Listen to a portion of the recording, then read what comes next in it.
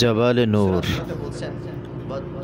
একটি পাহাড়, যে পাহাড়ের চূড়ায় অবস্থিত হেরা গুহা বা গার হেরা। বাইতুল্লাহ থেকে 4 কিলোমিটার দূরে অবস্থিত এই জাবালে নূর। হাজী সাহেবগণ জাবালে নূরে ওঠার জন্য মানসিকভাবে শারীরিকভাবে পরিপূর্ণ প্রস্তুতি নিয়েই তারপরে এই পাহাড়ের দিকে রওনা হয়। নবীজি সাল্লাল্লাহু আলাইহি ওয়াসাল্লাম তার মাক্কি জীবনে নবুয়তি প্রাপ্তির আগেই এই পাহাড়ের চূড়ায় গারে হেরায় দীর্ঘদিন যাবৎ তিনি ধ্যানে মগ্ন ছিলেন। ধ্যান করতে করতে করতে করতে এক সময় জিবরাইল আলাইহিস সালাতু ওয়াস সালাম এই পাহাড়ের চূড়ায় হেরা গুহায় নবীজি সাল্লাল্লাহু আলাইহি ওয়াসাল্লামের সামনে হাজির হন। আর আল্লাহ পাক রব্বুল আলামিনের তরফ থেকে কালামে হাকিম থেকে সূরাতুল আলাকের প্রথম 5টি আয়াত নবীজি সাল্লাল্লাহু আলাইহি ওয়াসাল্লামের উপর নাজিল করেন।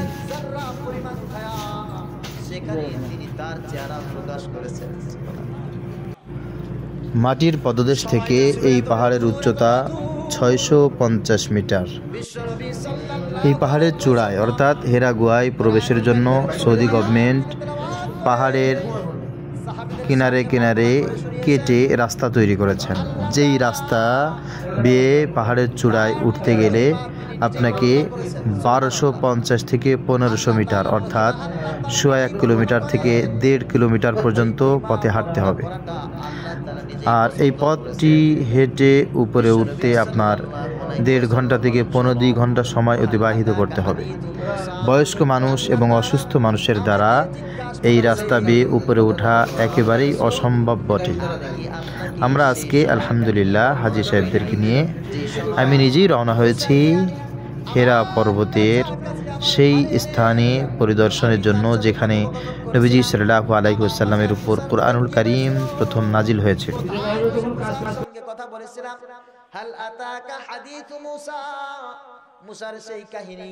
নবীজি সাল্লাল্লাহু আলাইহি ওয়াসাল্লাম যখন এখানে ধ্যান করতেন, মা খাদিজাতুল কুবরা রাদিয়াল্লাহু তাআলা আনহা প্রতিদিন খাবার নিয়ে নবীজি সাল্লাল্লাহু আলাইহি ওয়াসাল্লামের সাথে এখানে দেখা করতে আসতেন।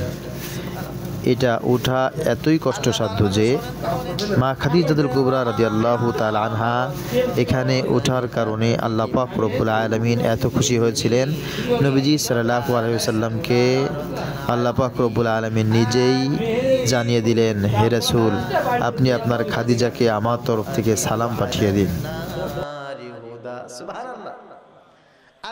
আমরা আলহামদুলিল্লাহ আস্তে আস্তে করে পর্বতের একেবারে চূড়ায় অবস্থান করব এবং সেখান থেকে ইবরাত হাসিলের জন্য হেরা গুহায় কিছু কুরআনুল কারীম তেলাওয়াত করব, আল্লাহ পাক রব্বুল আলামিনের কাছে দোয়া করব। প্রিয় বন্ধুরা, সম্পূর্ণ পর্বতটি দেখে আল্লাহ পাক রব্বুল আলামিনের শুকরিয়া আদায় করছি। আপনারাও শুকরিয়া আদায় করবেন। এখানে যতটুকু সম্ভব খুব সুন্দর করে হেরা গুহার চতুর্পার্শ্ব সহ একেবারে চূড়া পর্যন্ত আপনাদেরকে দেখার জন্য সুন্দরভাবে উপস্থাপন করা হলো। এইটি হচ্ছে মূলত হেরা পর্বতের সর্বোচ্চ সেই চূড়া এবং যেখানে কোরআন কারীম নাজিল হয়েছিল। আলহামদুলিল্লাহ আমরা এখানে দাঁড়িয়েছি, এখানে অবস্থান করছি। এখানে অনেকে সালাত আদায় করে, আমার এই ভাই সালাত আদায় করছেন। এখানে এই জায়গাটিতেই বসে নবীজি সাল্লাল্লাহু আলাইহি ওয়াসাল্লাম ধ্যান করতেন এবং এখানেই কুরআনুল কারীম সর্বপ্রথম নাজিল হয়েছে। সুবহানাল্লাহ, সুবহানাল্লাহি ওয়া বিহামদিহি, সুবহানাল্লাহিল আযীম। আসুন বাকিটা আমরা দেখতে থাকি। হঠাৎ করে হযরত মূসা যখন তুরের কাছে চলে গেছে, কে যেন বলতেছে, ফাখলান আলাইক, কিরে মূসা তুমি এখানে উঠেছো, এখানে তো জুতা পায়ে দিয়ে ওঠা যায় না, তোমার জুতাটা একটু খোলো। ইন্নাকা বিল ওয়াদিল মুকদ্দাসি তুয়া, ও মূসা এটা এমন একটা জায়গা যে জায়গাটা আমি আল্লাহ তাআলা অসংখ্য বছর আগে থেকে সৃষ্টির শুরু থেকে এই পর্যন্ত হেফাজত করেছি। এখানে আমি আল্লাহ তাআলা আমার নূর এখানে এখন চর্চাবো। সুবহানাল্লাহ। এই জন্য এই জায়গাটায় জুতা পায়ে দিয়ে আসা কিন্তু যাবে না। হযরত মূসা শুধু শুনতেছেন, চিন্তা করতেছেন মেঘলা তো কিছু দেখা যাচ্ছে না, কে যেন আমার সাথে কথা বলতেছে, তো তিনি জুতা খুললেন। হযরত মূসা আলাইহিস সালাতু ওয়াস সালাম জুতা যখন খুলেছেন, হযরত মূসা বলে, কি রে তুমি কে কথা বলতেছো, আমাকে কেন এত কিছু বলতেছো? আল্লাহ তাআলা বলেন, ওয়া আনা আখতারতুকা ফাসতামি' লিমা ইউহা।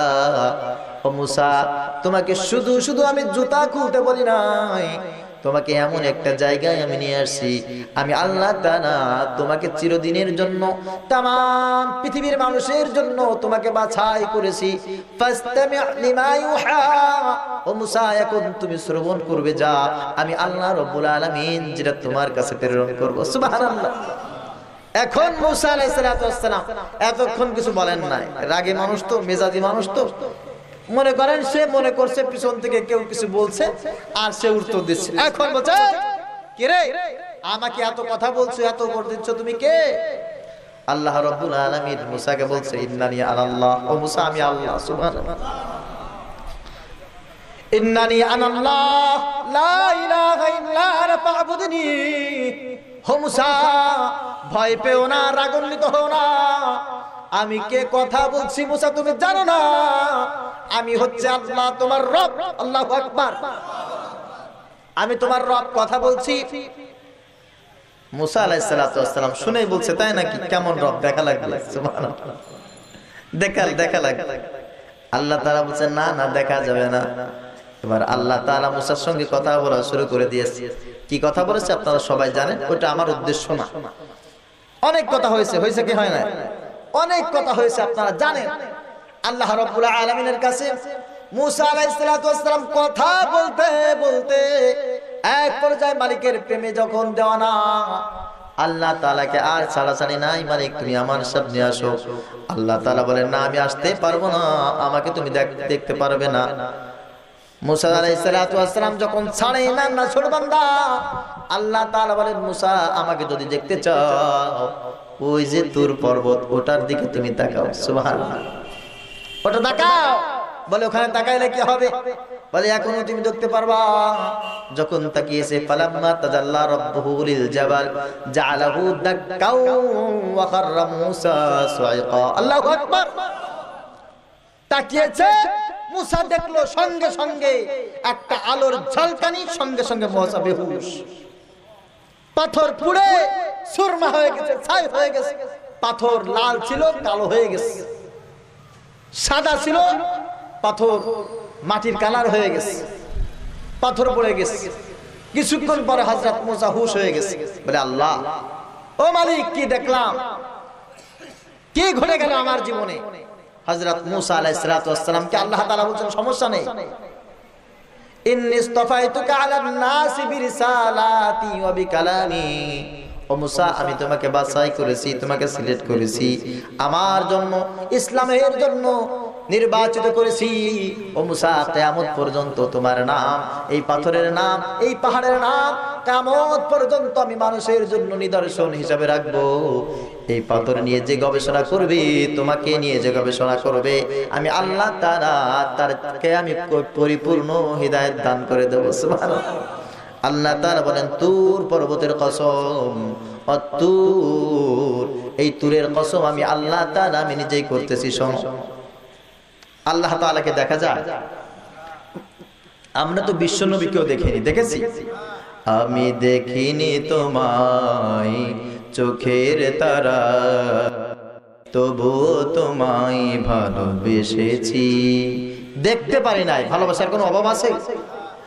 আমি দেখিনি তোমায় চোখের তারায়, তবুও তোমায় ভালোবেসেছি। মনেরই ক্যানভাসে তোমার ছবি ভাসে, তোমার প্রেমে যেন পড়েছি। মনেরই ক্যানভাসে তোমার ছবি ভাসে, তোমার প্রেমে যেন পড়েছি।